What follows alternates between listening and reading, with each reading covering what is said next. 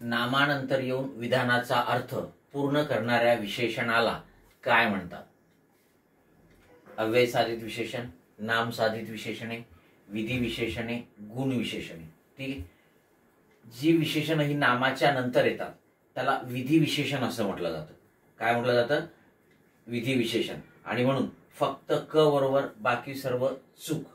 Okay, हे आपलं उत्तर आहे. आता बघा, विधी विशेषण म्हणजे नेमकं काय असते? मराठीमध्ये बहुधा सामान्यपणे विशेषणे ही नामाच्या पूर्वी येतात, नामाच्या अगोदर येतात, म्हणजेच विशेष्याच्या पूर्वी येतात.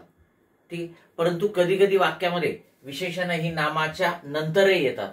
मग विशेषण जर नामाच्या नंतर आलं असेल, ठीक आहे, आणि ते वाक्याचा अर्थ पूर्ण करत असेल तर त्याला काय म्हणतात? विधी विशेषणे. ठीक आहे. आणि नामाच्या पूर्वी आलेलं असेल तर त्याला अधिविशेषण म्हणतात. आणि पुन्हा महत्वाची गोष्ट लक्षात ठेवा मित्रांनो, की विधी विशेषणं जी असतात ही विधी विशेषण इथे म्हटलेलं आहे विधानाचा अर्थ पूर्ण करणाऱ्या विशेषणाला ही विधी विशेषणे विधान पूरकाचं काम करत असतात.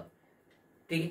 अपूर्ण विधान क्रियापदाच्या वाक्यामध्ये तुम्हाला अशी विधी विशेषणं बघायला मिळतात ज्याच्याशिवाय विधान पूर्ण होत नाही. आणि म्हणून या विधी विशेषणालाच विधान पूरक किंवा विधेय पूरक असं सुद्धा म्हटलं जातं. ठीक आहे.